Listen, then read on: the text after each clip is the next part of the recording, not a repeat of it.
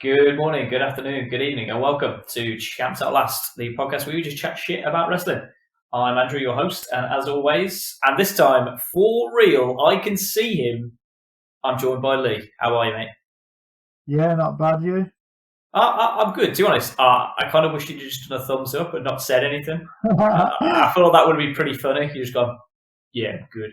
And I go, cool. For the whole episode, you just go, just shrugs, thumbs up, just the, oh, okay, yeah. It'll be pretty funny for me. Oh, depends on the show goes. It might end up in that format. It could do. I mean, I'm so excited about this episode. I can't wait, man. I mean, from the sounds of it, it's like I might be able to get up and go for a drink and just leave you talking, and you won't realise. No, I'll notice. Unless you take a screen grab of you and set that as your background and then walk off, then no. I could fully do that at work. Oh yes. Yeah, but it's been done now, mate, and I've tried, and I've seen. Yeah, but my workmates are idiots. Yeah, but I've seen you work in technology. It's not. Nah. I've done it twice today, where the other person. Technology? Yeah, the person on the other side of my Zoom meeting decided they were going to leave the room for various reasons. So I snipped to the background and then made their room my room and freak them out when they come back. Was one of them Sully? No. But only because he came back too soon. Otherwise, yeah, he's going to get it. Well, considering he's one of the only listeners in this podcast, he'll be fully prepared for it. He will be. He will be. I'm hoping we might get another listener. I'm going to put some feelers out for one more listener, mate. I'm going to try and get one more in for my boy Oliver, who lives somewhere up in Scotland, who is currently sitting patiently waiting for 107 stickers that I've sent him in the post. 107? 107, and in exchange, we're getting 2. Did you husk him down from 116? He changed his requirement. He didn't need the full 116 because he managed to procure them from somewhere else. So I was like, yeah, it's cool, mate. I'm still happy to get the 117. I don't care. I have a stack of these. I don't need them. So, yeah, I've set those up today for him. So hopefully he gets those maybe tomorrow, probably Monday. We might get ours tomorrow. We'll get to finish Becky Lynch. So it just leaves us with Randy Savage, I believe, and a Bret Hart. The Bret Hart, I should be able to get. The Randy Savage is proving difficult because the one person who has that has not replied to my message and now appears to maybe have updated their status of having a complete collection, so might not go back to check the website to see if they have the message. So I don't know what we're going to do about that for the moment. It's annoyed me. I may have to explore other avenues. Hot damn. I know. So, I've actually got a little game for you here, Andrew. Okay. I brought 3 items today. Sure. Would you like to have a guess at them? Bearing in mind, you know the one. I text you. Oh, I do. I do know the one. Yes. You bought 2 tickets to Paradise. Yeah. Yep. Paradise just happens to be a warehouse in Sheffield for RevPro. In fairness, I wouldn't be surprised if there is a club in Sheffield called Paradise. Nice. And then I'll let you have a guess at the other 2 items. Yowza. I'll give you a hint on the one. Okay. The one is another set of tickets. Ew. Have you bought tickets for Wrestling Carnival? No. Can't do that until the 1st of June. Damn! Okay. Have you bought tickets to Cirque du Soleil? Yes. But not today. Because... Oh shit, no, it was today. Okay. Yeah. They cancelled the show that I brought tickets for my mum in July it was this year. Indeed. Due to scheduling conflicts, they cancelled it today. Nothing to do with COVID. Brilliant. Just a good old-fashioned double booking. Yes. Yeah. So they refunded me, and I've had to buy tickets for the 2022 show. Nice. Okay. And then, if you guess the next item, you've clearly been going through my browsing history. That's a dark place, mate. Yeah, you probably don't want to be doing that. Mine's bad enough. Oh, okay. Was this the one you were going to give me a clue on, or was the Cirque du Soleil one you're going to give me the clue? No, it was Cirque du Soleil. I was going to give you a clue on. Okay. Have you bought some sort of protein powder? No. Okay. That was a fair guess, I felt. It was a fair guess, fair enough. Don't know. It is actually a 190 centimetre caterpillar toy. Sure. Which is normally for toddlers. Sure. But we have brought it for Charlie on the basis of my mum has seen this caterpillar thing in other pictures of dogs, and they look comfy. So we brought one for Charlie as well. Okay. I like it. Yeah. If Charlie doesn't like it, Philip may be having a caterpillar toy. Fabulous. And 190 centimetre one, yeah? Yeah. Because to be honest, that was what made me laugh more about the story than anything. The very specific 190 centimetre, not quite 2 metre caterpillar. They couldn't be asked to build the extra 10 centimetres. Just straight up 190. Okay. If anything, if it was a full 2 meters, kids would have found that intimidating. Oh yeah, scared shitless with a 2 metre caterpillar. So just knock it down short, everything will be fine. Yeah, they won't know. Kids are stupid. On that note of kids are stupid, do you want to talk about some wrestling? Yeah, it's been quite a week. I feel like we've watched a little bit more this week. I don't know how, because I feel as though I've been just as busy. You seem to be just as busy, and yet we've managed to actually watch a fair bit of wrestling this week, so I'm quite pleased. And I've actually enjoyed what I've watched. Yeah, it's been interesting stuff that's come out. Big Bob Lashley winning the title. Yeah, newsflash for you, Andrew. I watched the whole of Raw. I actually enjoyed it. Okay. I laughed heartily throughout it. I don't think they were going for the comedy factor, but I found it hilarious. Mainly Randy Orton being cloned, possibly. You know what? I still haven't actually seen that segment. I've only read about it. You need to watch it. Just funny. The weird voice that he does. I've heard about that. Yeah. And then also, the good Randy Orton, who is also a cunt because he's Randy Orton. He then throws up. I seen throws up blood or whatever. Or was that last week? No, it's some kind of black shit. Oh, nice, lovely. Okay. And then that was comboed with Miz having stomach problems, with John Morrison implying that he shit himself. God bless that Monday Night LA. So yeah, there's a lot of bodily fluids knocking around on Raw as well. Lovely in a time where you're still not supposed to be spreading said bodily fluids, but yeah, all right, okay. And then on top of all that, Big Bob Lash walks away with the big belt. Yep, and I would say it suits him being champion. He looks like a champion. Yes, and remember that point for later on, because I have thoughts about that sort of thing later.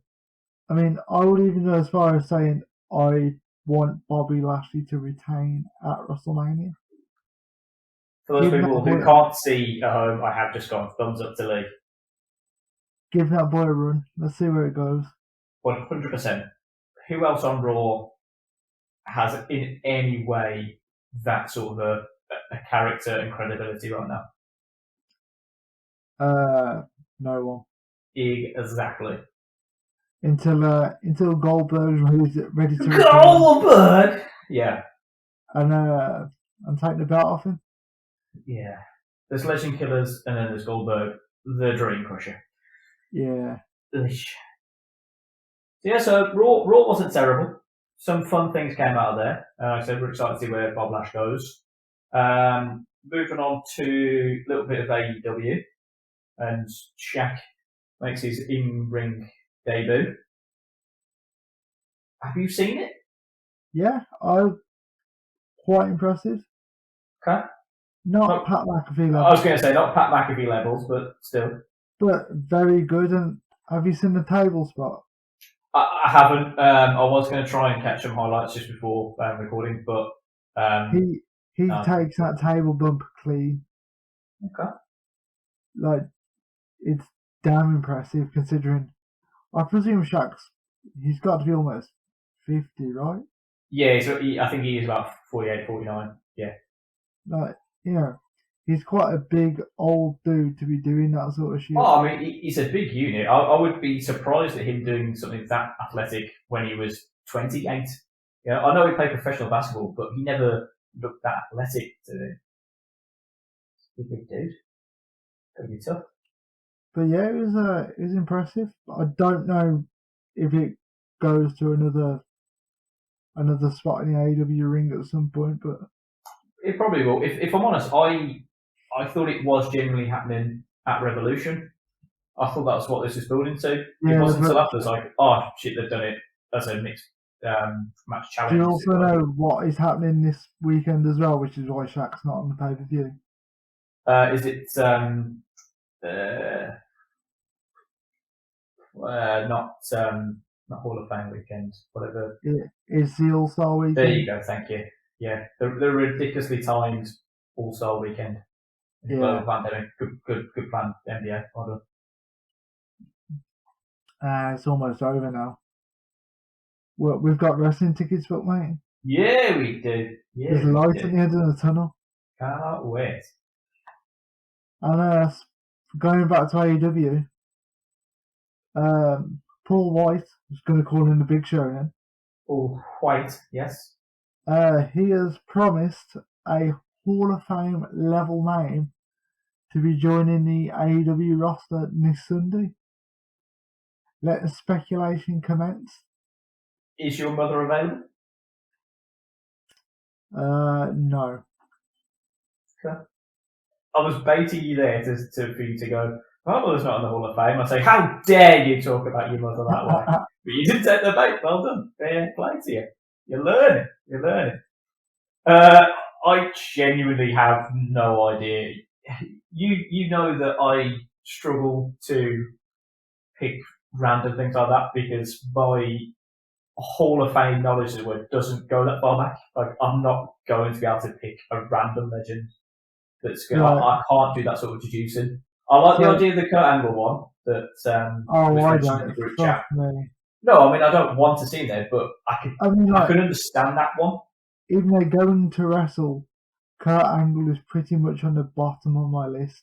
As much as I'm a fan of Kurt Angle in 2002, indeed, it isn't 2002 now. No.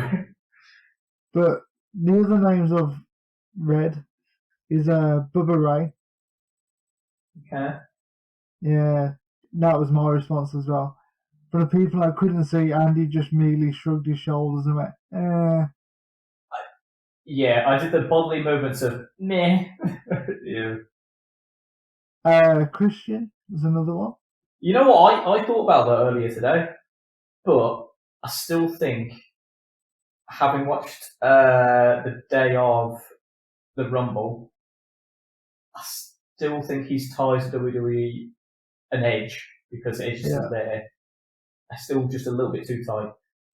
In Christian's mind, I still feel that he wants to, in some way, have maybe like one last match with Edge, whether it's like a tag with him rather than like a match against him. But I think he wants one little more send off first. So maybe. And then the three major dream names of Batista, which I've already sullied, but yes. Yeah. Brock Lesnar. Nah. He likes that Saudi money too much. Yeah. I don't know. And then the other one, Andrew, is one CM Punk. I don't think it's clobbering time though. And then the other alternatives you've got is because the Forbidden Door is now open, you could possibly get a big name from New Japan. Sure. That might be more likely. And to be honest, that fits in with the demographic that they go for. So exactly.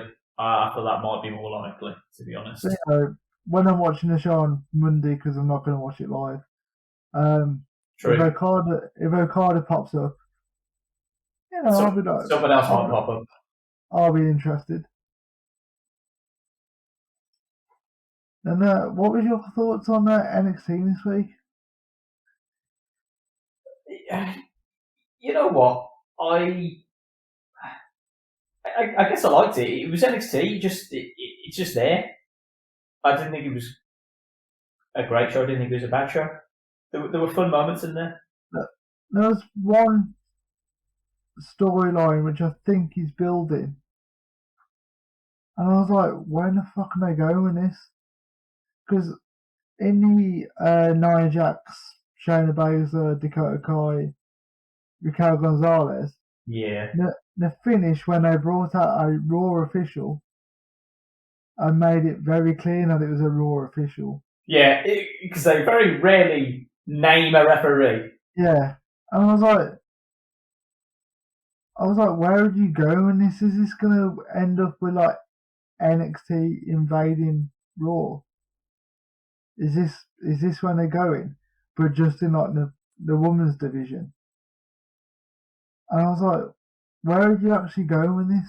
I mean, in fairness, they could probably do with that injection, but no, as much as I was very salty about that bullshit tag match finish where Kai wasn't even legal. I feel as that's the whole story that they were playing, wasn't it? Yeah, exactly. I feel that if anything, what could be more logical is they're going to, excuse the pun here, they're going to fast track it to Fastlane. They're genuinely going to give something for the Fastlane because it's Raw. They'll just have some segment on Raw before Fastlane, and then they'll just book that match again at Fastlane. I guess maybe, possibly, yeah. And God, I would hope that means there's more opportunity for them to take the belts. No, but that's just me being awesome. But WWE are arseholes and won't give me what I deserve. I thought you were going to go into the Batista promo and give me what I want. Give me what I want. I thought that's where you were going with it. You're really pushing that I'm a big fan of Dave, aren't you? Okay. No, to be honest, you were pushing you as a big fan of Dave. Okay, sure. Again, remember that when we get to the main event later. I really enjoyed the Johnny Gargano bit, as always. That psychiatry office. It wasn't actually so good. It was absolute. Oh, it was so good. I thought that went on for one too many segments, to be honest. That doctor was an absolute dream. But where they got her from was just amazing. She was so good. I thought it cut down on Cameron Grimes' TV time, which at the moment yeah, if Ted DiBiase doesn't show up, I'm going to be pissed. I mean, I presume it's leading to a takeover match against Ted DiBiase. Yeah. Imagine Ted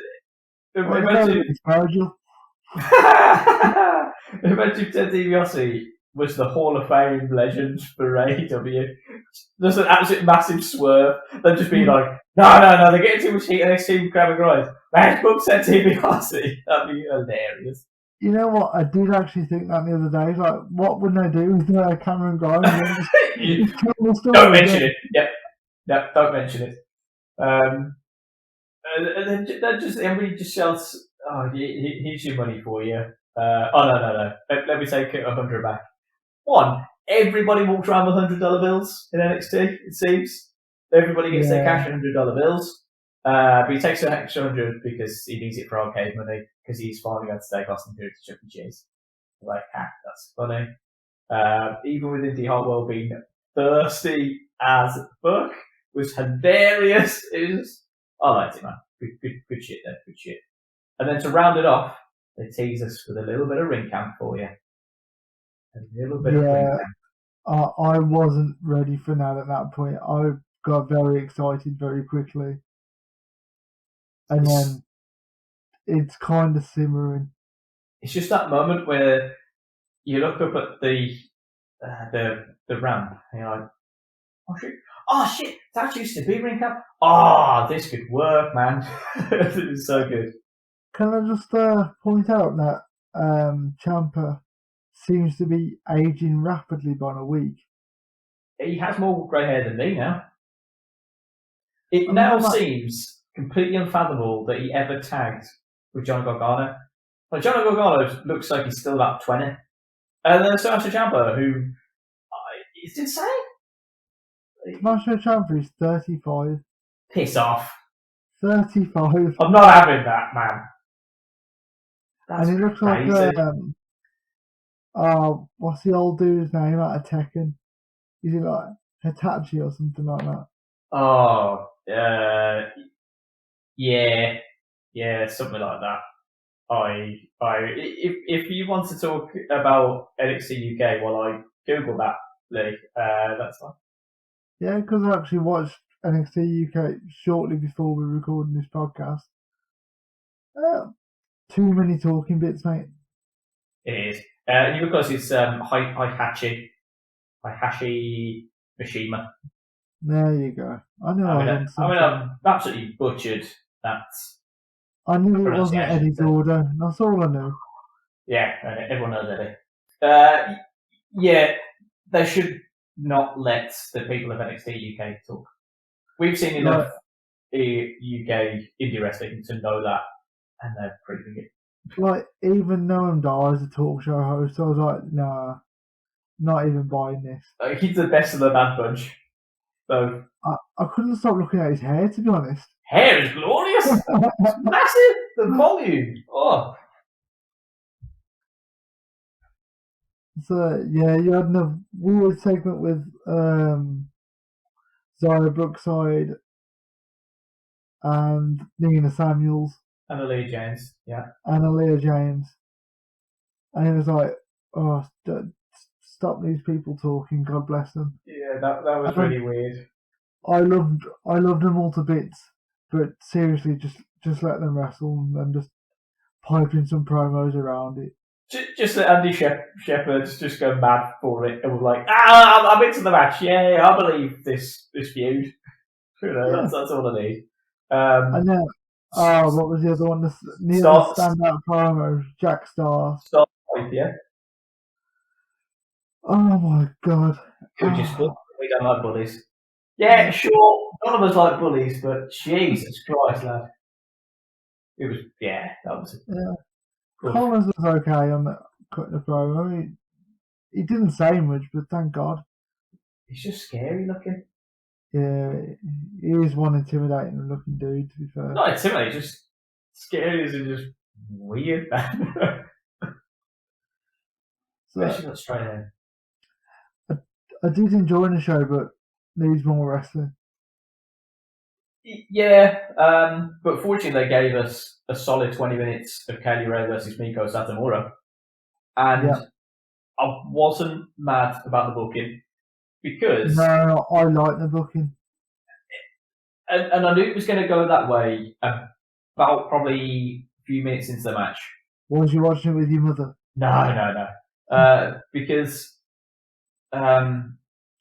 really hyping Miko, like, massively, to the point where you're thinking, this is too much. She's probably not going to win here. It seemed as though, she's come in and basically her second, maybe third match in NXT UK, and she's going to take the title. I'm like, okay. So, yeah, I can understand it, and it needs to be a bigger occasion for when Kaylee Ray loses it. It's a shame that obviously they're not going to be able to in any way be WrestleMania weekend, because you can make an argument to put that match on the card somewhere, especially across 2 nights. But obviously they're not going to be able to go with travel restrictions. So I don't know where they're going to book it. They are allowed to travel because it's they're classed as elite performers. Still, I'll be surprised if they do it. They're probably not going to. But because AEW have had stars come over from Japan now. Mm-hmm. So they're pretty much just going as you were, essentially. Yeah. So, do you want to do any AEW predictions at the end of the show? I don't mind, mate. I don't mind. It might be easy just to tag them on now, and then we can crack on with the main salvo of the evening, I suppose. Let's crack on with this one. As you are pure Hollywood, just to show these authors. Let's check it out. I've got the card for you. I thought you were going to break into Little Chris then. R.I.P. Normally you do actually break into it, but because we're recording it, you didn't go into it then, did you? Checking it out! But that Little Chris. Yeah, there you go. Unless you could name his second single. Checking it out! And whatever the one they did for that School of Rock thing with Gene Simmons. Yeah, why not? Because that was a thing that happened on British television. So, I'm going to have to do it in the Wikipedia order because this card is crazy. In standard AEW form. So, match 1, the Young Bucks, champions, versus the Inner Circle, which is Chris Jericho and MJF. This is for the Tag Team Championship. I'm going to go Young Bucks retain and MJF finally turns on Jericho. Okay. I hadn't thought that far ahead, but Young Bucks to win. That was what myself and Sully have gone with. Match 2, Team Taz, Brian Cage and Ricky Starks, with Taz, versus Darby Allin and Sting in a street fight. Just made me laugh. It just said with Taz. So that's what my Sting and Darby Allin. Yeah. It's Sting. Yeah, exactly. It's not going to lose. That'd be stinky. Go on. I mean, it's not his WWE debut. It's fine. Match 3, Hikaru Shida versus Ryo Mizunami for the Women's World Championship. Shida retains. Retains, indeed. Match 4, Adam Page versus a Big Money Matt Hardy in a Big Money match where the winner receives the loser's 2021 first quarter earnings. Great stipulation. Standard AEW, crazy overbooking, but yes. Yeah. One, I'm not a fan of the Big Money Matt gimmick. Oh, you've not mentioned it before. Freaks me out, man. It's just irritating. I think that's the whole point of the gimmick, but still. And I'm going for a Hangman Page win. Yes. I've just gone with face booking, to be honest. Because I assume Adam Page's face. Yeah. He drinks, is cool. Okay. Then, I don't really understand what this one is. Oh, okay. Okay. I didn't know that one we did before. So, when Sully listens to this, you will know. So, a Face of the Revolution ladder match, which gives you a future shot at the TNT Championship. Yep. Which is Cody Rhodes versus Scorpio Sky versus Penta El Zero Miedo versus Lance Archer versus Max Caster versus TBA. Yep, so TBA is going to be the other mystery star which they're going to bring out from this match. Okay. Which my thoughts it'll probably be Ethan Page. Probably means nothing to you. It's not going to be, well, it's a poor white. Is he not? He's not going to. He has got an in-ring contract as well. I wish it was. Hopefully, he's the Hall of Famer and he heel turns on his first pay-per-view. That'd be class, wouldn't it? Just trolling us all. Done already Hall of Famer, you bitches. Oh, Yeah, it'd be pretty good. So who are you going with? Can you just give me those names again, I please? can, sorry. So that is Cody Rhodes, Scorpio Sky, Penta El Zero Miedo, Lance Archer, and Max Caster. And one more. Right, okay, so my actual pick for this isn't in the match, because I'm an idiot. So I'm going to go for the second next one, which is going to be Penta. Okay. Because my first pick was going to be Ray Phoenix. We'll come to that. Yeah. I may or may not have gone for Ray Phoenix later. I know Sully has gone for Penta. I have gone with Scorpio Sky. Scorpio Sky is now heel, based on his commentary on AEW. Whatevs. Either that or he just come across as a cunt. Whatevs. He might win. Don't care. Match 6 is... Jesus Christ. It's a stipulation that I forgot when we were doing the predictions with Sully earlier. Exploding barbed wire deathmatch for the AEW World Championship. Kenny Omega champion versus Jon Moxley. The only reason I want to watch this pay-per-view is to see how they book that. Because it's going to be fucking nuts. You might have to watch it behind that lovely sofa you're sitting on. It's not going to be for the faint-hearted. I wouldn't say it's lovely, but cool. That's a compliment. Go on, sorry. No, I was going to say I went with Kenny Omega. I'm going to go Omega retain. Okay, cool. I don't think they're going to put the belt on Moxley. Nah. It's also a good way to write him off any TV with a heavily pregnant wife. What, by killing him in a deathmatch? Yeah. Match 7, Miro and Kip Sabian versus Best Friends, which is currently Orange Cassidy and Chuck Taylor. Just a tag match. Yeah. Gonna go Miro and Kip Sabian. Jesus Christ, it's a good job we picked different ones than other ones. I also went with that just for the entertainment factor. No other real reason. Just screw it. Why not? Be a fun little match. I think Miro needs a win, and Orange Cassidy can't be damaged in any shape or form. So. Pretty much how I went with it. Yeah. But nice little palate cleanser somewhere, I assume, before another big match. I believe Sully went with the same. I'm going to do this slightly out of order. I'm going to go with match 9, which has been put on in the buy-in, which is Rio and Thunder Rosa versus Dr. Britt Baker, DMD, and Rebel. Just in a pre-show, apparently. Sorry. I'm going to go in the team of Thunder Rosa and Rio. Okay. I've gone with Dr. Britt Baker and Rebel. Because Britt Baker, I believe, is on that push. Thunder Rosa's already there. Britt Baker's just underneath, needs to get that other win, just put them up in the upper echelons of the women's division. And then they've got a bit more of top-lead talent there. So that's my booking for you. I agree with your theory, but my logic is they're massive fans of Rio. And they probably want to try and get her back over. Oh, okay, so she has to win. That's fine. That's my only logic. Yeah, that's fine, I understand. But then going back to match 8, which is a Casino Tag Team Royale for a future AEW World Tag Team Championship. Jesus Christ, Lee. Oh, here we go. But they just had this match. This is how MJF and Jericho got the tag team title shot.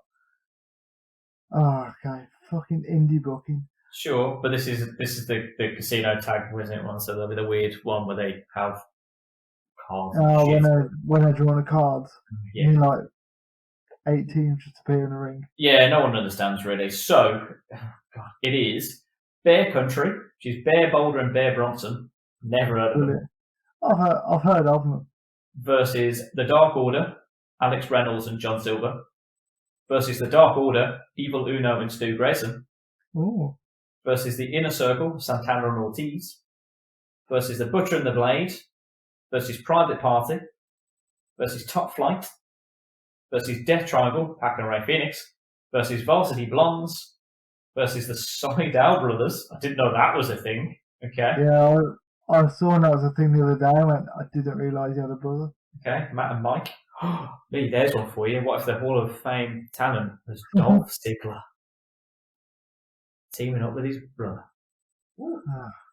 You mean Dolph Ziggler, who's currently a SmackDown Tag Team Champion? That would shock the world, to be fair. Just saying, want to ruffle some feathers, son. Versus SoCal Uncensored. Versus the Natural Nightmares. Versus Chaos Project. Versus Gun Club. Hilarious. Versus the Dark Order. Jesus Christ, again. Which is Alan Angels and Preston Vance. This is where I've gone Ray Phoenix and Pac. I've gone Death Triangle.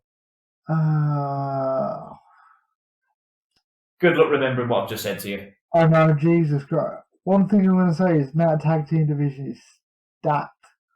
I've heard of 90% of those teams. Sure. So I'm going to go with one of my indie favourites, to be fair, of Santana and Ortiz. Because those boys have been forgotten about. Lovely pick. Only the Inner Circle are already battling for the championship. Yeah, it's fine. They can carry on that story just with Santana and Ortiz. Sure. But if MJF turns on Jericho, it splits the Inner Circle anyway. Oh, exactly.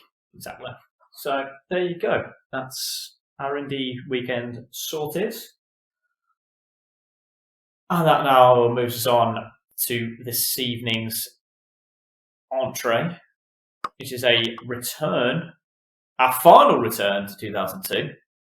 Because we are now in December, as the title of this podcast has told me. So thank you for that title on the recording there.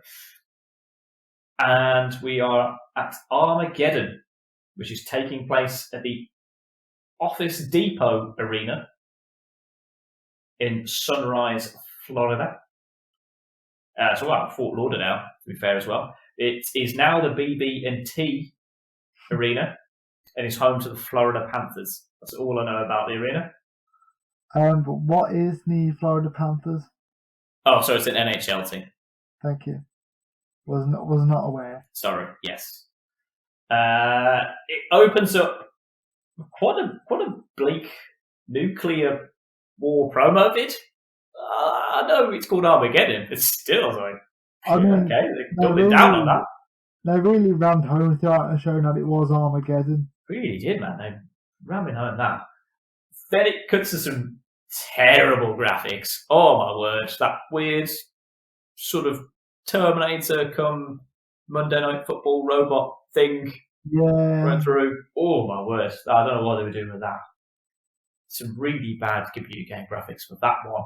And then a shitload of pyro. Oh my word. Absolute shitload. If you were anywhere near the top of that ramp in the audience, you'd be shitting yourself. Just as you will later on in the match, and I will come to that. And then I enjoyed the fact that he goes, tonight they're going to have two of the biggest titles on the line. But it starts off, he's just the tag titles. I really enjoy that juxtaposition. Bigging up how they go, we got both belts on, two of the biggest that going on the title tonight. Here's your opening contest. It's a tag team match. You're like, alright. It's just, yeah, made me laugh and then it'll come down. So, this tag division in 2002, it's just, it baffles me. I can never fathom it. I've got one question to ask you, Andrew. Just the one, okay. Yeah. Have they split up the Un-Americans? Yes. Because I was like, have they? Because this match... They didn't mention it on commentary, but they also didn't say that they're still teaming together. Yeah, because the match is the Dudley Boys versus William Regal and Lance Storm.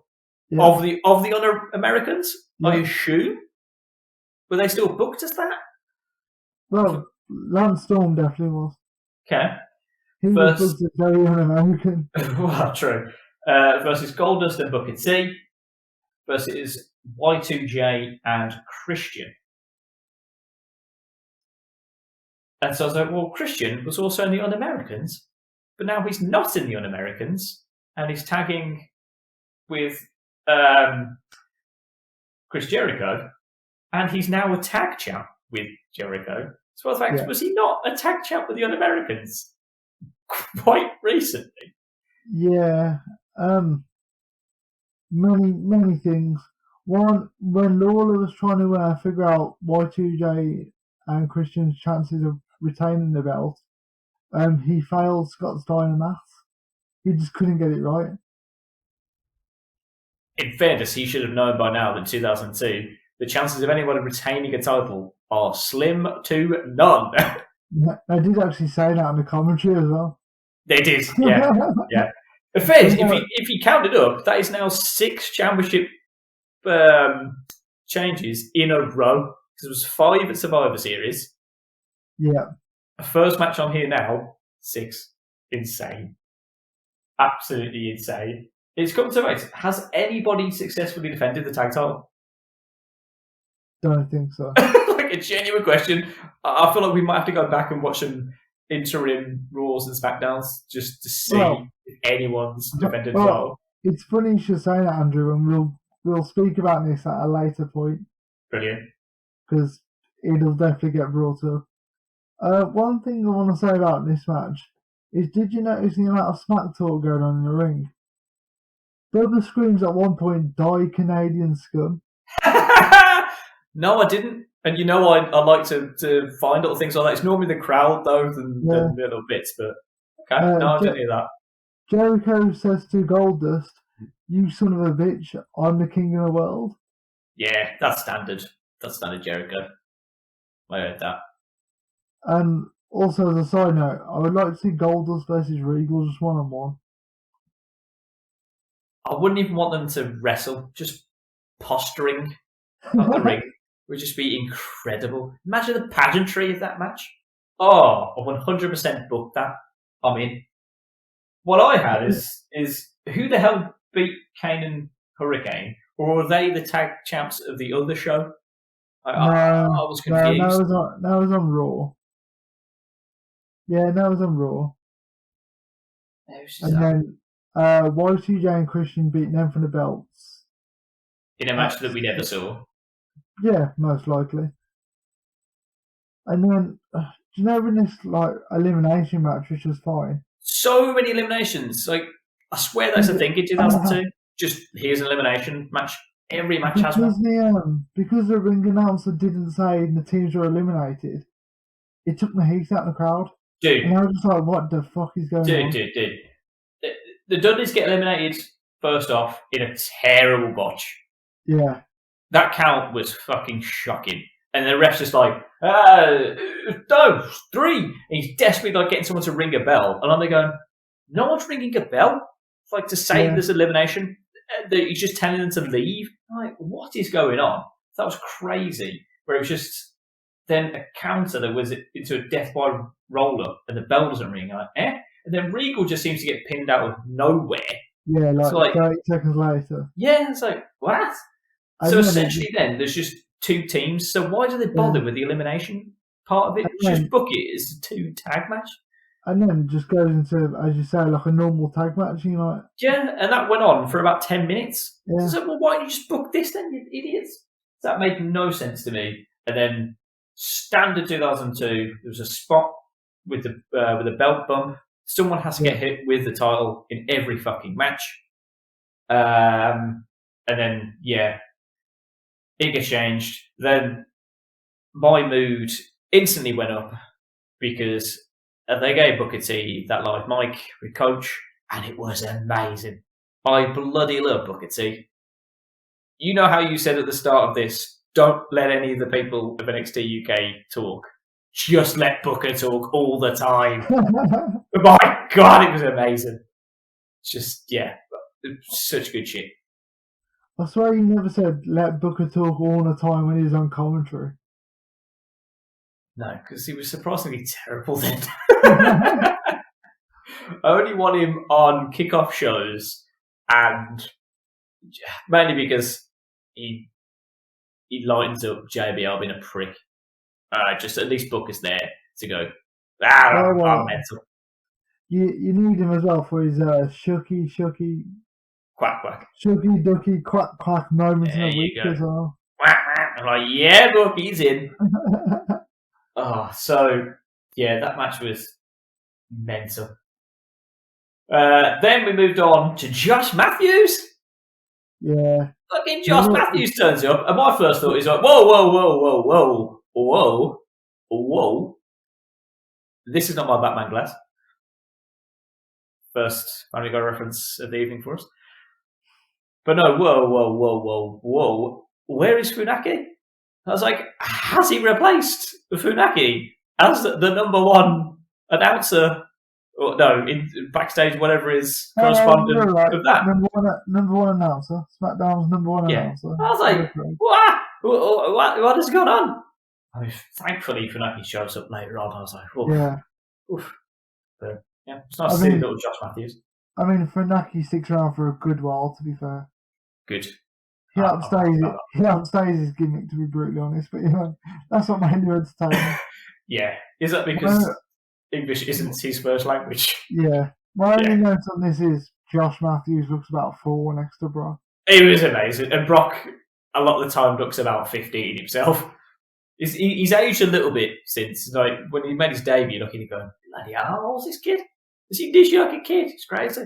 So he looks a little bit older now. But yeah, sticking next to Josh Matthews, it's insane. That then moves us on to Edge versus A-Train, who was formerly known as Albert. Yeah. And now he's on the fast track to success. Because the actual words spoken on commentary. I was like, oh my word, that's a terrible way to explain why he's changed the name to A-Train. Essentially, he seemed to get this match by just kicking the shit out of Rey Mysterio. Yeah. Like, just battering him, to then hitting Edge with a chair a lot. Yeah. And then they thought, we've got a pay-per-view come up, you lads want to wrestle. And you go, alright, cool. Because they had to keep Edge out of the title picture, because he was supposed to be going up for a number one contendership or something, and that's when he hit him with a chair again. Which, to be honest, is kind of the gimmick for another match later as well. Yeah. And then... yes. You know when I said before the show that I may have prepared a joke? Oh, here we go. Well, when Edge goes for a pinning attempt on A-Train, and he lifts him a little bit too tightly on the trunks, you almost get to see his Prince Albert.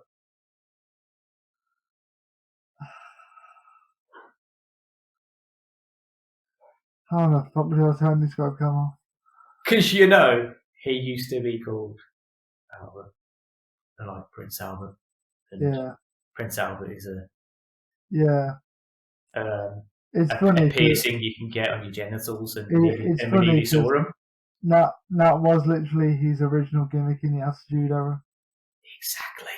Hence the joke works. No. Anyway, back to A-Train. Yep. Who managed to kick out with a spear? Yeah. He's a very good big dude wrestler. He just got lumbered with some fucking... Oh my word. My word. Some of the worst characters, man.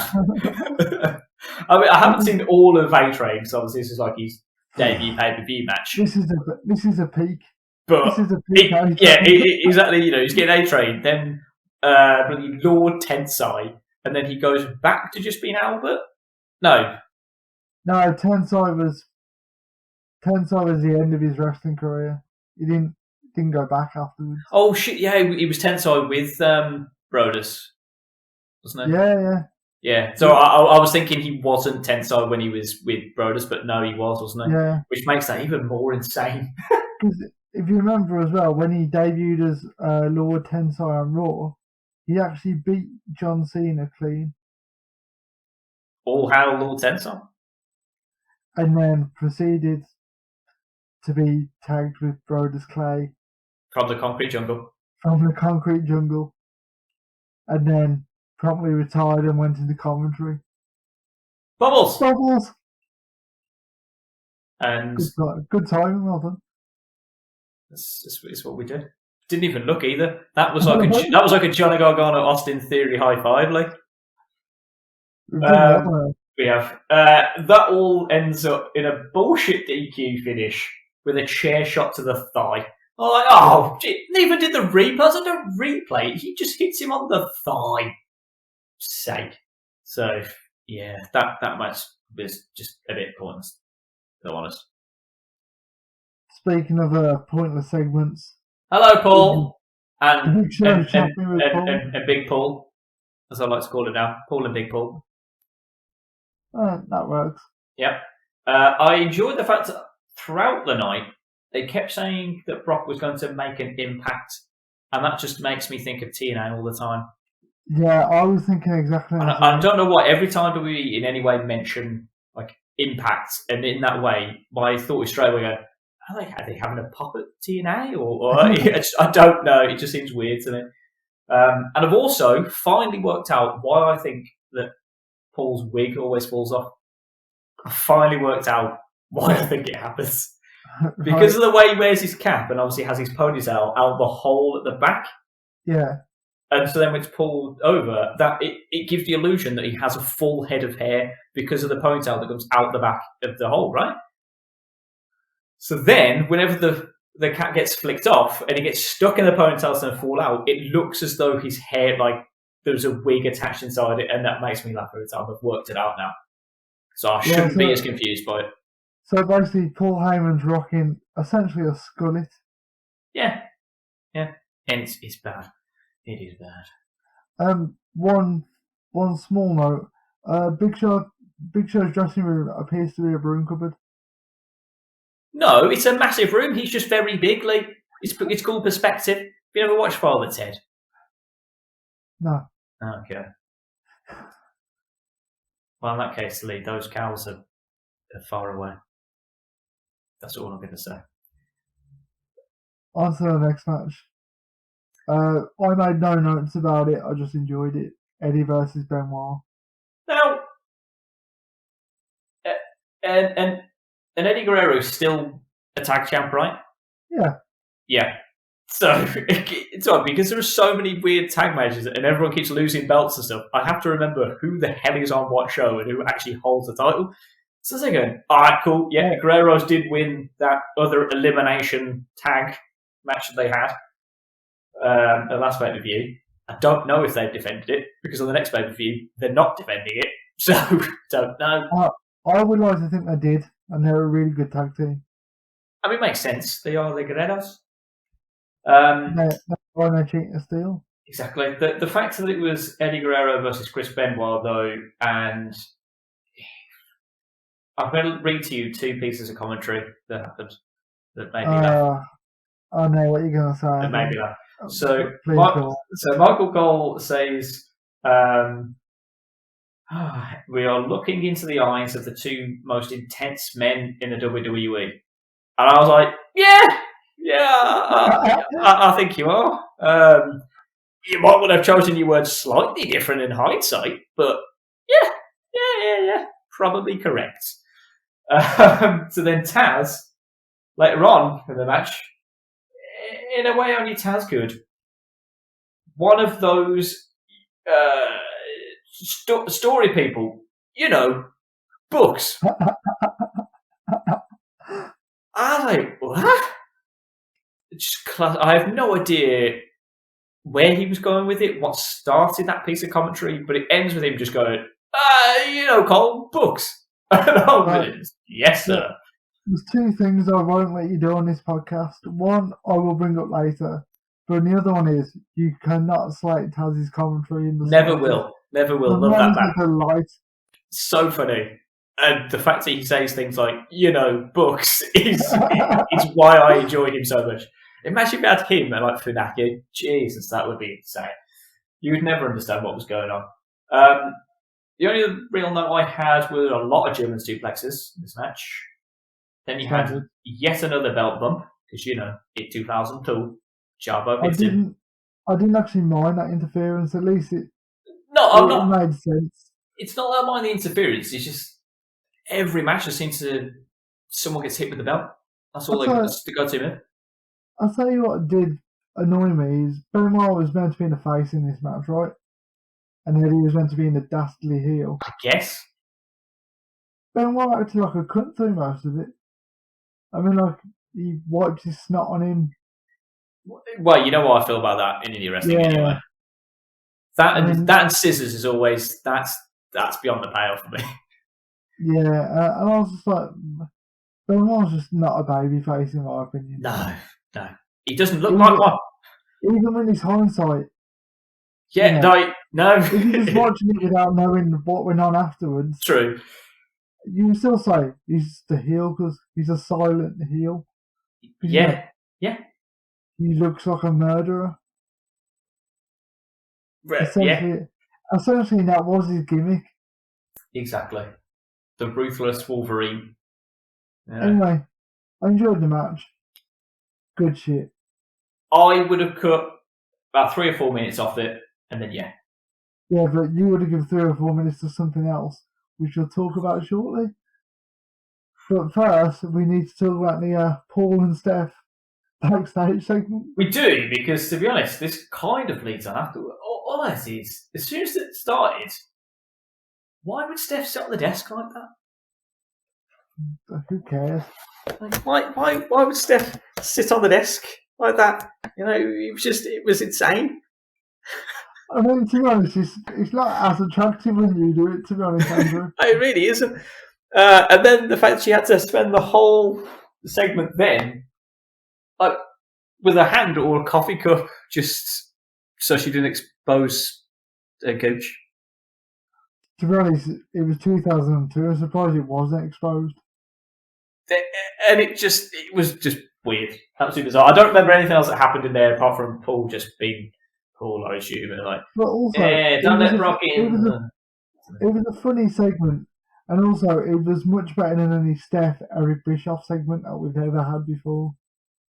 Oh, it's not Steph that I mind. Put Steph with anybody else in there, and I enjoy the segments because she's funny. It was just basically Steph going, Paul, you're a slimy cunt. Just fuck off. Get out of my office, you slimy bastard. But also, I'm going to sit here strangely seductively for no real reason that I would definitely sit like this on my own office desk. I wouldn't just sit in the chair. Nah. Weird. Oh, yes, Lee. Moving on from that delightfully over-sexualised segment to, without doubt, I want to say, possibly my favourite segment of the entire 2002.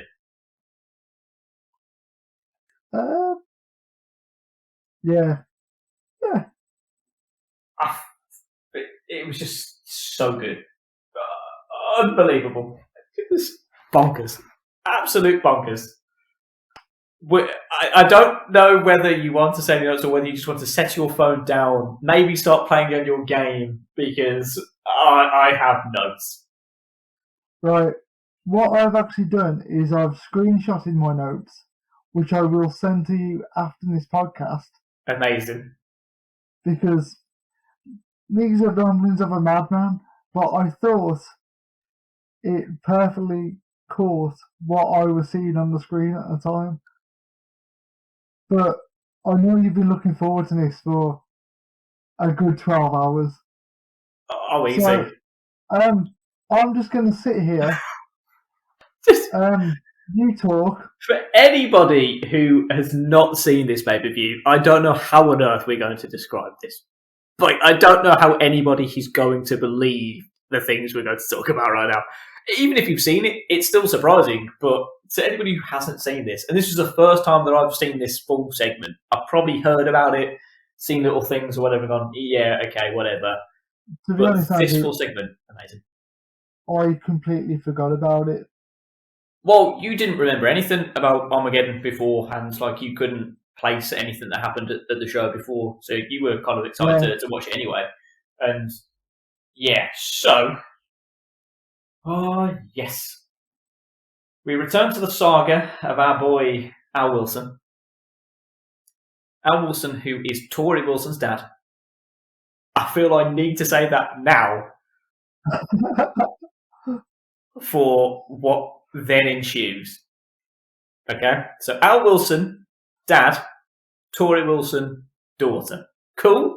You following, Lee? You got it? Yeah. Got it? Good. Al Wilson, a man who likes to take his showers with his clothes on, has been dating young Dawn Marie. So much so that they are now engaged. Yeah? Yep. Congratulations on their upcoming nuptials. Please for him. Yeah, exactly. They're all happy about it.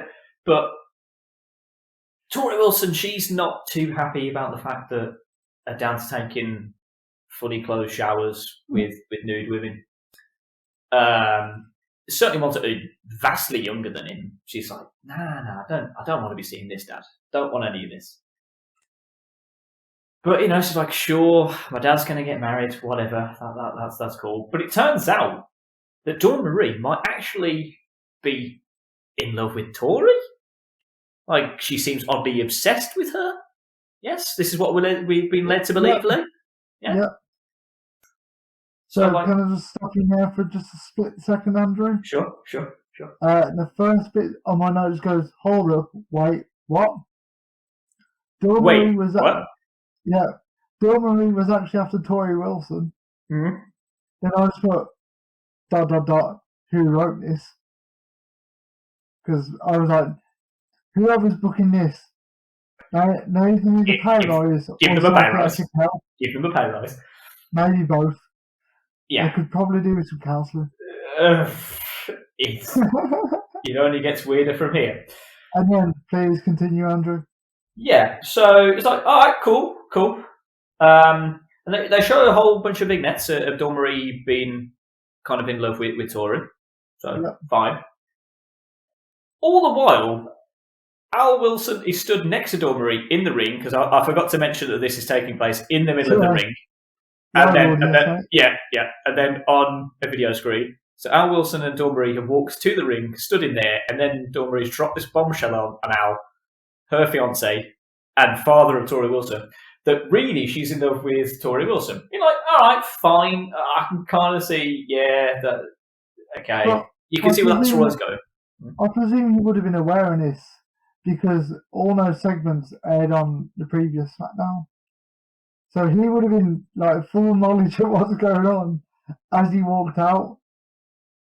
Yeah, but he might have just been thinking they were addressing other things. I don't know. I'm not sure. There are some things that I can't explain it.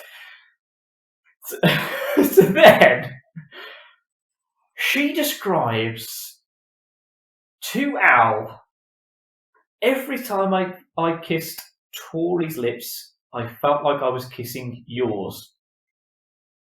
And I was like, what?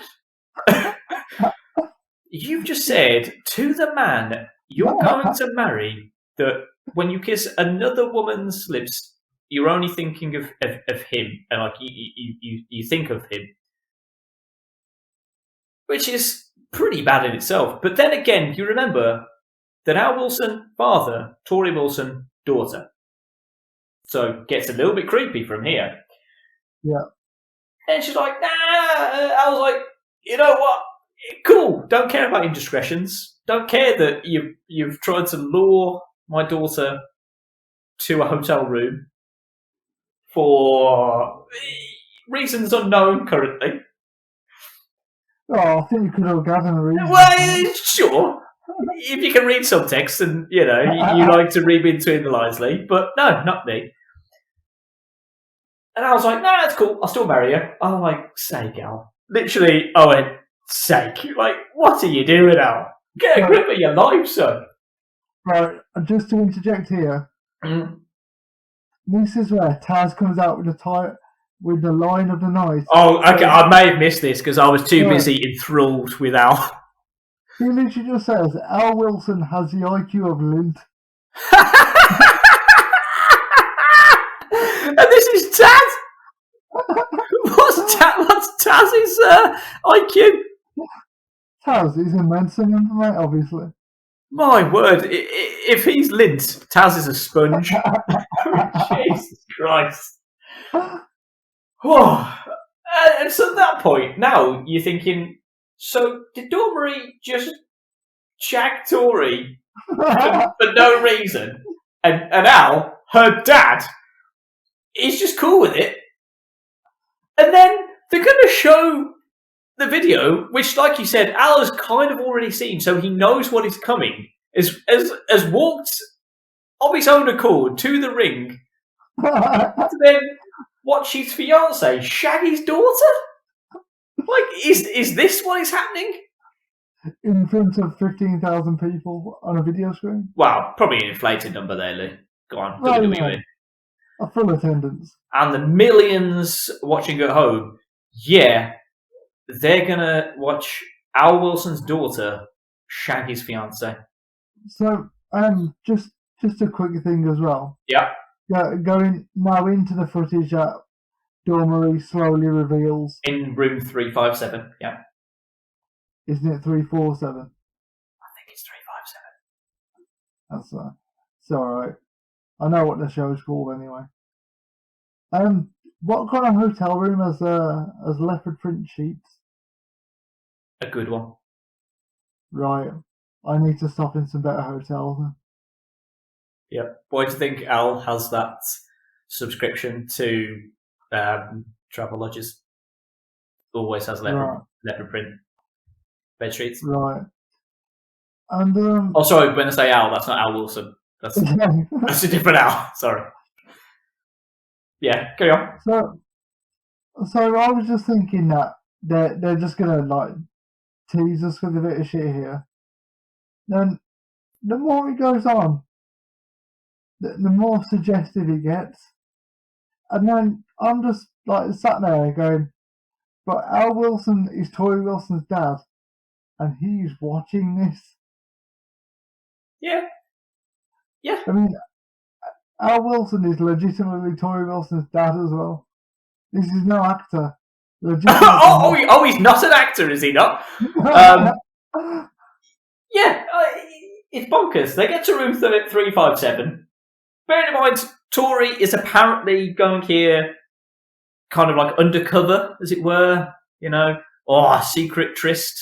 She's going to a hotel room because Dormery has gone, look, you've got to come do something for me, and I promise I'll break it off with your father, you know. Yeah. I know you don't want me to marry him. It's cool. We can strike up a deal. Just come to his hotel room. And like, all right, cool. Yeah, sure. But the fact that she gives her the room key, the key card, into her bra, just suggestively places that in her bra to go, yeah, come up to my hotel room, baby. We can strike up a deal. You do something for me, and maybe I'll break it off with your father. I'm like, okay, cool. I mean, to be honest, it wasn't thinly veiled at all. It was very much laid on thick. No. Again, subtext. Now, Dormery just wanted to fuck. She was DTF. She was. She's had it from Al, and now she's like, I want it from Tori as well, please. But also, I'm just going to point out here, Dormery kept calling Tori Wilson a sexual predator. Yeah, I didn't understand that. I don't think she understands what that means. Because, one, I was like, has there been any other storylines of Tori doing this? And definitely as this goes on, Dawn, I'm pretty sure it's you who is a sexual predator. But they get to room 357, and I'm going to smash kayfabe for you, Lee, as always. So... This whole story isn't smashing kayfabe already. No. You are going to rock up at room 357 with a camera crew. With a camera crew. There's not like it's secret camera footage. You remember when it would have been Lana and Bobby Lashley, right? Was it that storyline with the hotel room and all that shit? Bruce said come in and smash the shit up, Yeah. So it's that. From what I remember, that was like a static secret camera in the hotel room, wasn't it? Like it's been secretly filmed, yeah? Yeah. Makes sense. Here, No. I'm going to bring a camera crew, one that's going to follow me into the room, and then you're going to then see the shadow of another dude who's obviously there, and not even static then. It's going to be zooming in, it's going to be doing like close-ups, panning around. And I'm like, why would you have gone to this room, walked in and gone, hello, Dawn, I'd like to strike up a deal. Oh, I see there's a camera there. That seems cool. I thought you said then anal close-ups. I was like, brilliant. What's on the cut I saw, mate? I don't know what you were watching. You might have been watching it on the WWE network. I may have been watching it elsewhere. Were you watching on Peacock? yeah. Peacock show you the good version. So that was weird. And then if Tori was going there, supposedly not knowing that she was going to have to shag Dawn Marie at this point, why was she not wearing a shirt? I mean, clearly she's not her father's daughter because she was not wearing a shirt. I mean, I think she knew she was going there to fuck, to be brutally honest. Dirtbag. Maybe Dawn Marie was right. And then it was just so weird. And then finally, they freeze the footage just as it was starting to get hot and steamy because Al was getting a boner and it all got a little bit weird. They're like, Al, you're not supposed to be liking this because, again, I stress, that is your legal, biological daughter. What was funny is that moment where Al begged for it to stop, turned him into the biggest heel of all time. Dude, literally, Al Wilson, biggest heel in the business. Asshole. I was like, this is incredible. All because he wouldn't let us see his daughter shag his fiance. What a wreck. Oh my God. Fuck you, Al Wilson. Every single person in that audience just wanted to see that shit happen. And bloody Al has to get his morals all back and go, no, how dare you watch my fiance, who is stood 2 feet from me, shag my daughter. So this is a note I sent to Sully last night. Yeah. I was like, Al Wilson, what a cook, and biggest heel of all time. What a cook, man. Absolute bonkers. And this segment goes on, I swear, for like 20 minutes. In the middle of a pay-per-view. It's insane. Tori Wilson doesn't even show up. But honestly, I was thoroughly entertained. Oh, I wasn't bored. I could have had 3 hours of that shit. It was amazing. Oh my God, Al Wilson, you are absolute prick, but also a legend. I need more of Al Wilson. And do you know earlier when you were speaking about watching the in-between SmackDowns and Raws? Yes. I believe the Al Wilson story ends some point between Armageddon and Raw Rumble on SmackDown. Oh, balls. Okay. Well, that might be some extracurricular activity for myself there. So you've taught yourself into a job here, so well done. It might not be the only job that we get to see on SmackDown. Hey, Dawn Marie, the dirtbag. Oy vey. Oh. And then as the cooler match after that, as a palate cleanser after that, and I kid you not, Lee, you know, you were giving it the big bollocks of, oh, you're such a big Dave, Mark. Oh yeah, no, because it says he's done with wrestling, he won't be coming back as a Hall of Fame thing. Like, nah, he's an actual actor now. Like, I've seen on an interview, he doesn't care about wrestling. And you go, oh, you've done your Dave, Mark. Yeah, yep. The notes that I've made for Kane versus Batista is Kane versus Batista with Rick, and there are no other lines. I don't know what happened. I've just put, in the words of Biggie, 2 big guys slapping meat. I don't need no fellows. Yeah. Ric Flair isn't orange in 2002. No, it's not. No. He was in 2021. Hey. He's normally red, though, to be honest. Yeah. And once again, no one sells peril like Ric Flair. Oh, I tell you, mate. He puts a top Kane and regrets it immediately. Ricking out. And the thing is, it's not the only time he ricks out in this pay-per-view. There's more wrecking out later. So that's it. Like, I don't know, Kane versus Batista was a match. I don't know who won. Kane? Batista won. Okay. Oh, yeah, he hit the Batista bomb, didn't he? I think. Yeah, I know. Batista looked green as fuck, man. Like, you could tell they were going to push him. But Jesus, he looked green. And also, his entrance music was obviously not the classic I Walk Alone. I walk alone. Yeah, exactly. But it did sound very similar to it. Like, you could actually fit the words in. Okay. Made me laugh. Then John Cena appears. Yes, this is the second bit you cannot mock at any point during this podcast. I didn't say anything. Just John Cena with. I didn't catch the other dude's name. I wrote down Drew Cannon. No, it's B Squared, mate. That's his name. Oh, I honestly thought they gave him a name and then they called him Bling Bling B Squared. Yeah. Oh, okay. I may have just made up them calling him a real name as well. So the wrestler is Bull Buchanan. And there you go. That's what I said. And then they changed his name to B Squared to be John Cena's entourage. I'd like to mock that. I don't think John needs that. Yeah, it's not around long. Yeah. Yeah. The fact that Sully mentioned it to me, and I went, "Oh fuck, I forgot about B Squared." What a guy! It's definitely a little treat. And next match, Trish versus Victoria versus Jackie. Yeah. It was a match, and shit at that. That was literally the only note I've got. I like the character of Victoria. I do. I like that they build around her. No problems with that. Crowd is dead. Then I went, match is a bit of a mess. It's always tricky with a triple threat. Another belt bump, which made Jacqueline look pretty weak. I've got to say, her gear, fucking class. That's some sweet ass ring gear. Fair enough. I can't remember it, to be fair. I tell you, Emra's ruined me. Now, I see any wrestler, I'm like, oh, ring gear. It's like the first thing I notice at everything now. Oh, that's ridiculous.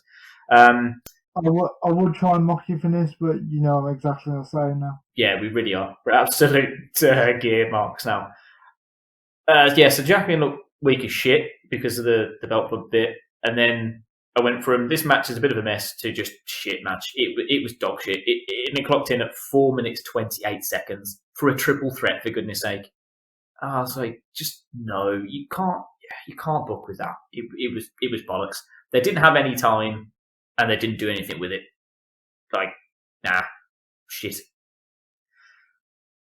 Then moved us on to a quick little segment between Kurt and Brock, as Kurt Angle had finally managed to catch up with Brock, who was off his suspension and promised to be in Kurt's corner, possibly for later. And I enjoy the fact that Kurt says that he will be 20 feet from Retribution. And I'm like, nah, you're about 20 years from Retribution. Zing. And by the way, I just wrote that one on the fly. Didn't make a note for that. Just saw that now. Get in. Then the match begins against Paul White. And you know how you said earlier that Big Bobby Lashley looks like a champ? Yeah. Big Show, man. Nah. One, he comes out first. And everything about him, I guess, kind of on paper, says he should be champ. He's 7 foot tall. He's intimidating. He's got kind of all the attributes. You're like, yeah, fair enough. But he just doesn't like a champ in any way. He just looks like an absolute goon. I don't get it. He's terrible. He's not a believable champ in any way. He really should. He's very much technically a transitional champ. Oh, he held it for like a month. It was bad. Putting the belt on Kurt don't affect Brock in any way, shape or form. It was weird. Also, I've only got one note. In fact, this is my last note of the night. I know there's one more match. Brilliant. But as I was telling you before, I fell asleep. Sure. And my notes are just closed. Cole says on commentary he can put 3 fingers in Big Show's ring, and that really made me laugh. He said what? What? He can put 3 fingers in Big Show's ring. In what context was he saying that? That's insane. I did not catch that at all. That is amazing. He was saying like how big Paul White is. And he's like, I can put 3 fingers in his. I presume he meant like wedding ring, obviously. But obviously my mind went elsewhere. I thought like, you meant arsehole. Yeah.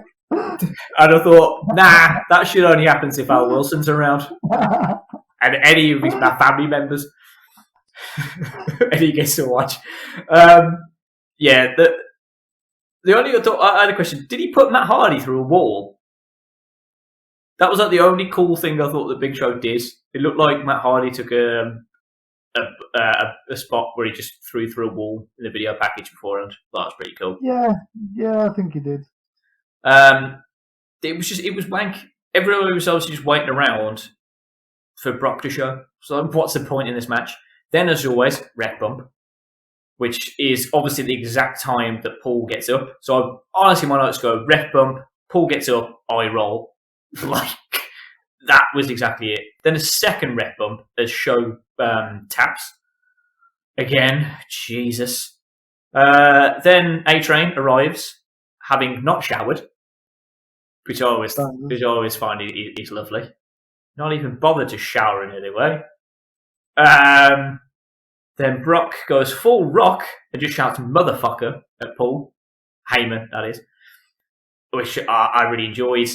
Then it was just so Brock administers the F5 to Big Show, right? Fair enough. That's how Kurt's gonna win. Fine. But the fact that he does that gives it the old fuck you, Paul. Then they have to wake the ref up.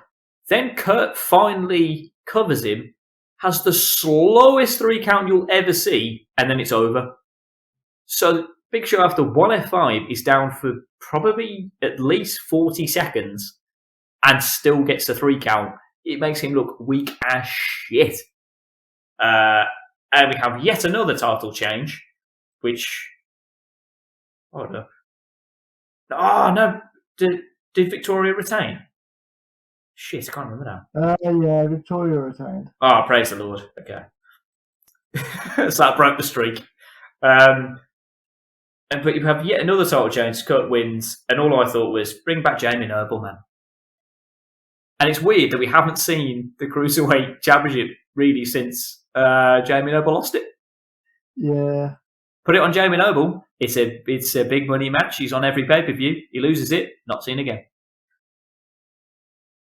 Then we move on to the Classic World segment. This time they have an interview with RVD.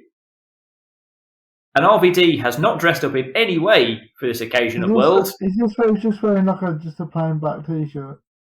I want to say it is maybe a grey sweater, but yeah. Right, okay. It's a bit pointless. And essentially, he stood there all night for a segment that goes barely a minute. He just goes, So Rob, what do you think of the chances of HBK and Triple H? And he goes, I don't know. Both men have got great attributes, but I'm probably putting for HBK. But neither of them are Rob Van Dam. And then they go, that's it. I'm pretty sure that's the whole segment. And then I look at the timing, and there is still almost an hour of this pay-per-view left. I'm like, what? There's only one match, and then I realise it's a 3 stages of hell match. For fuck's sake! It does make sense that there's an hour left for 3 stages of hell. Oh no! But then between 2 of the biggest egos ever in 2002, exactly, your heart sinks, and you're like, oh god! And those 3 stages of hell are a street fight, Hell in a Cell, then a ladder match. I'm like, Jesus Christ! I can't sit through this. I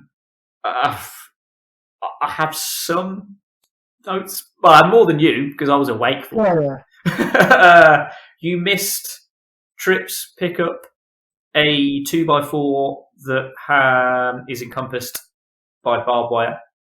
Standard. It's not exploding barbed wire. However, he does set it on fire with the fire that's at the top of the ramp. And if you remember my comment about how close the audience are to the pyro, imagine how close they are when Sean gives him the old punch and Trips throws that 2x4 up in the air because he's been struck in the face. And, oh my God, it very nearly hits the audience. It's insane.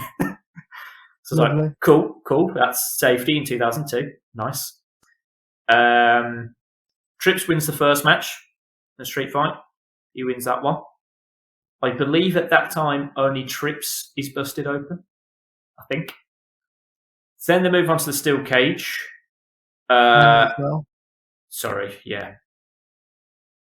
Where the rules that I'm pretty sure the Fink forgets is there. He goes, they win via pinfall, escape through the door and over the top. But if they go over the top, both feet must hit the floor. All right, cool. Hang on, so what was it, a steel cage or a Hell in a Cell? It was classed as a Hell in a Cell, but it wasn't a cell because you could escape it. Hence why I've written down steel cage, but you're right. They did promote it as a Hell in a Cell. I'm already poking holes in these bollocks. And it was shit. It was a shit match anyway. Oh, such a terrible fucking segment. There were so many occasions where they could have just walked out of the fucking ring. Like, they could have just... The door was open. I could have just won. Can I just assume that Shawn Michaels pulled back level on this one? Yes, he does. So, Ric Flair also shows up and he gets blooded. Standard. It's quite shocking that Triple H's ego didn't let him win 2-0. Thing is, though, he should have just bloody won 2-0. There are so many times he lays Shawn out. I'm pretty sure there's at one point he hits him with a chair or something happens, and he could have just walked out of the open door unfettered. Like, it wouldn't have mattered. Stroll, but no, he didn't. Then, I enjoyed that HBK's, instead of doing a frog splash, he just falls. Like, he just dead weight falls. It's brilliant. He uses it twice. He uses it once off the turnbuckle and then once off the ladder. And then during that ladder match, fair play that I forgot that Rick had set up 4 tables outside of the ring. And it's pretty funny watching a 50-year-old man stack tables, if I'm honest. And that's pretty good telling. So yeah, it's fair play that I forgot that we're there. And Shawn goes through there. Trips picks up the title, and the belt changes hands again. One pay-per-view after Shawn's won it. Elimination. Yeah. I mean, if it's any consolation, I don't think the belt changes hands for a good while afterwards. Spoiler, but also not a spoiler, really, because it's Trips. And surprisingly, no confetti comes down Lee. So, nail on the point of last time when they thought Kane was going to win. And they released all that confetti. No confetti falls down this time. Oh. And that's it. That's all that happens. That is the end of 2002. I'm giving this pay-per-view a 2.5 because it was inoffensive trash. Like, it wasn't good. I don't think it was good at all, but it's better than a 2 because it was inoffensive, and Al Wilson and that whole segment was just incredible. I thought you would have gave it at least 4 stars just purely based on Al Wilson. And Al Wilson's performance is 5. It's a 5-star classic.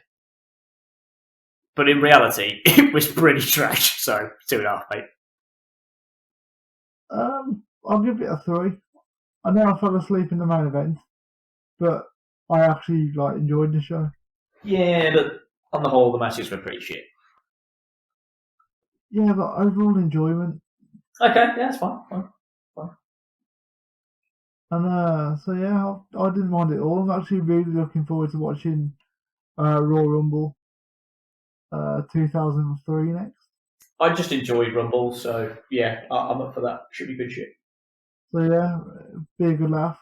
Sully, as I know you'll be listening when we drop this, you should definitely join us on this podcast.